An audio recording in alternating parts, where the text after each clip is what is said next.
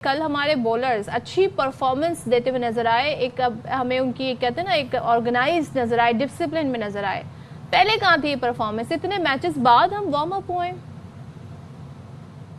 शुक्रिया। एक तो आखिरी अल्फाज जो आपने अभी बात की थी ना कि इंडिया को भी सोचना चाहिए, तो मेरा ख्याल है इनको वाकई सोचना चाहिए कि ये होती है स्पोर्ट्समैन स्पिरिट और इससे कोई फायदा नहीं। और अब हम गेम की तरफ बात करें तो यस, बड़ी खुशी की बात है और हम लड़खड़ाते हुए पहुंचते जरूर हैं।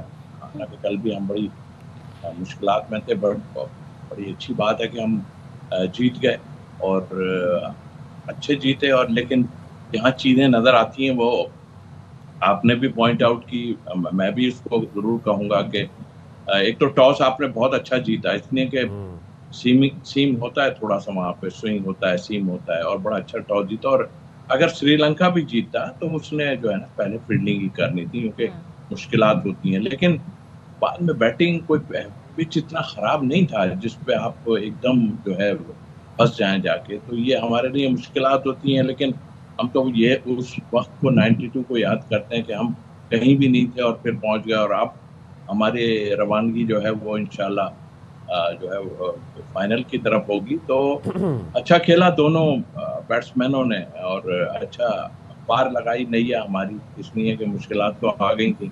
160-70 रन होते तो शायद मुश्किलात भी पार है।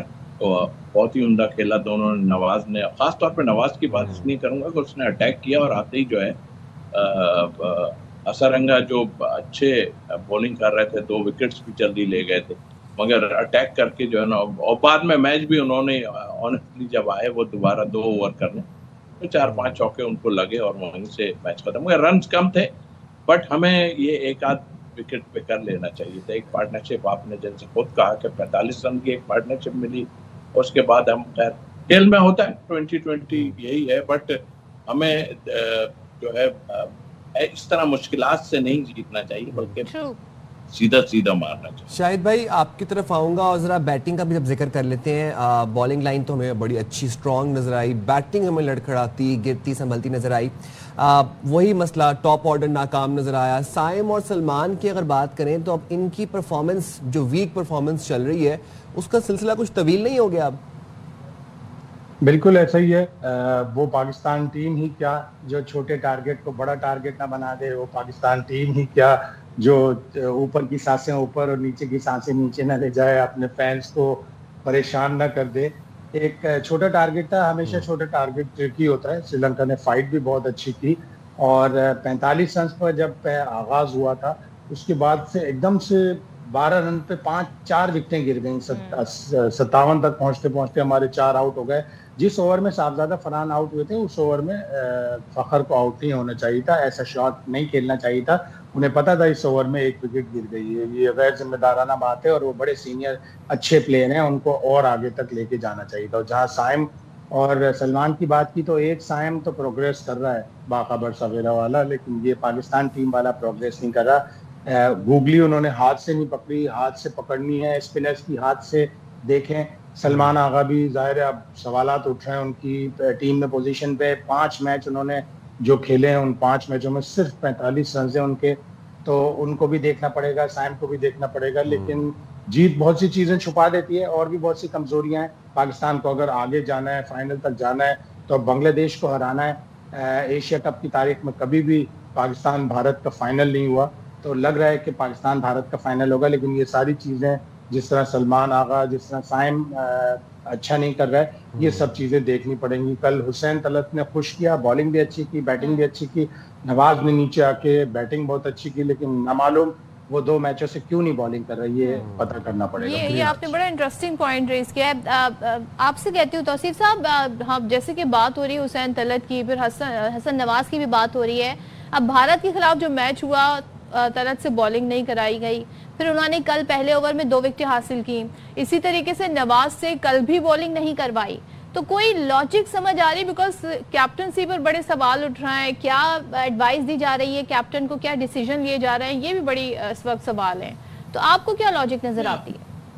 आपने सही कहा, ये लॉजिक तो हमें भी कुछ नजर नहीं आई। ये जो कोच इतना बड़ा बैठा है, दूर से हमने बुला के रखा हुआ है और मैनेजमेंट के लोग हैं, प्लेयर हैं कुछ, ठीक है सीनियर प्लेयर इसमें बहुत नहीं है, लेकिन फिर भी लोग जो बैठे हैं उससे बात करते रहते हैं, वो अपने गोरों से दूसरों से बात करता है, तो उसको समझ नहीं आ रही कि वो चाह क्या रहे हैं, कब कॉन्फिडेंस नहीं दे पा रहे किसी को। अगर हम देखें एक टाइम में साइम को उन्होंने बॉलर उसको इतना चढ़ा दिया, मतलब आई मीन ठीक है उसने विकेट लिए थे, लेकिन आप जो मेन आपके बॉलर्स हैं उनको उन पे फोकस करें ना। आप जैसे आपने बताया हुसैन तलत से उन्होंने बॉलिंग नहीं कराई, तो ये कुछ ऐसा सिलसिला है कि मेरी खुद समझ से बाहर है कि क्यों कॉन्फिडेंस नहीं देते।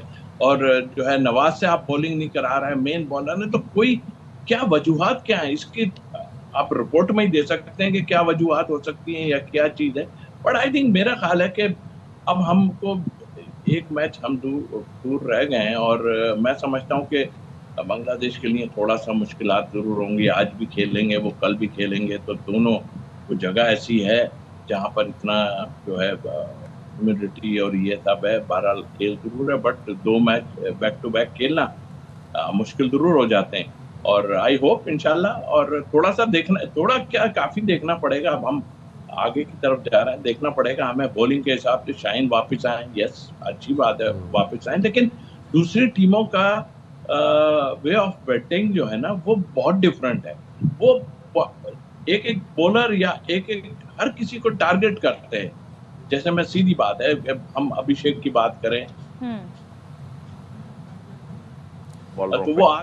तो वो हमारे मेन बॉलरों को, जिस तरह शाहीन ने कल बॉलिंग की, बहुत जबरदस्त फॉर्म में आ गए, अच्छी बात है। पर यही हमें आगे चलकर जो है, जब इंडिया से इंशाल्लाह मैच होगा, तो हमें ये चीज को देखना पड़ेगा कि वो आया, उनकी स्ट्रेटेजी है, आप उनके प्लान पे तो नहीं खेल सकते ना, हम अपने प्लान पे खेले हैं। ऐसा लग रहा है कि हम उनके प्लान पे खेलते हैं, सम टाइम ऐसा फील होता है। मुझे तो अभी से एंजाइटी हो रही, जब आप मेंशन कर रहे हैं इंडिया पाकिस्तान का मैच होगा, तो बस अल्लाह रहम करे। मतलब वैसे शाहिद भाई क्या देख रहे हैं आप, पाकिस्तान इंडिया का मैच फाइनल में देख रहे हैं? और अगर देख रहे हैं तो इस मैच में कामयाबी से पाकिस्तान की टीम का, हमारे प्लेयर्स का कॉन्फिडेंस बहाल होता देख रहे हैं? बिल्कुल बहाल भी हो रहा है। बॉडी लैंग्वेज आप देखिए, बॉडी लैंग्वेज बेहतर हो रही है। पिछले मैच में नवाज की बॉडी लैंग्वेज देखते हैं आप, किस तरह वो आउट हुए। पूरा रन अभी खड़े हुए थे कि एकदम से थ्रो आई और वो रन आउट हो गए। कल के मैच में क्या कमाल की उन्होंने बैटिंग की। शुरू में आए जरा थोड़ा सा घबरा रहे थे, लेकिन फिर उसके बाद उन्होंने बेहतरीन बैटिंग की। 38 नॉट आउट बना किसी ने कमेंट किया है कि बड़े लड़के जब आएंगे ना तब देखेंगे बॉडी लैंग्वेज। छक्के से मैच खत्म किया है। बड़े लड़के आएंगे तो बड़े लड़के भी देख लेंगे। पाकिस्तान की टीम एक टूर्नामेंट में बहुत जरूरी होता है कि सही वक्त पर पीक करे। नीचे से ऊपर जा रही है। शुरू में छोटी टीमों के साथ घबरा के खेल रहे थे। इंडिया से 2 मैच हार गए, लेकिन कल श्रीलंका का मैच बहुत ही अच्छा खेला है। बांग्लादेश का मैच भी इसी तरह खेलना पड़ेगा। बांग्लादेश की टीम आसान नहीं होगी। वो भी टारगेट कर रहे हैं कि उन्होंने आज तक कभी एशिया कप का फाइनल नहीं खेला। खेला है एक आध दफा, लेकिन इंडिया के खिलाफ नहीं खेला, तो अब वो ऊपर आने के लिए कोशिश करेंगे। बांग्लादेश की टीम भी इतनी आसान साबित नहीं होगी, लेकिन जिस तरह तौसीफ भाई ने कहा कि 2 बैक टू बैक मैचेस उनके लिए खेलना इस गर्मी में थोड़ा सा मुश्किल हो जाएगा। तो पहले बांग्लादेश को हराएं। मुझे तो नजर आ रहा है कि पाकिस्तान भारत का फाइनल होगा, और तीसरा मैच जब होगा तो फिर पाकिस्तान की बॉडी लैंग्वेज और किस्मत इंशाल्लाह तब्दील होगी। और तौसीफ साहब एक चीज बताएं, जो हमारी एक और इशू है, एक तो हमारे ओपनर्स, आप चाहे चेंजेस कितनी कर दें, जब भी हमारे ओपनर्स आते हैं वो नहीं चल पाते। लास्ट मुझे याद नहीं कौन सा ऐसा मैच था जो जिसमें हमारे ओपनर्स ने बड़ी अच्छे हमें टोटल करके स्कोर बना के दिया। दूसरे हम जो पावर प्ले है उसका यूटिलाइजेशन नहीं कर पाते सही से। तो यहाँ पे हमें बहुत फोकस करना होगा। यही वो गलतियां हैं जो हम बार बार रिपीट कर रहे हैं।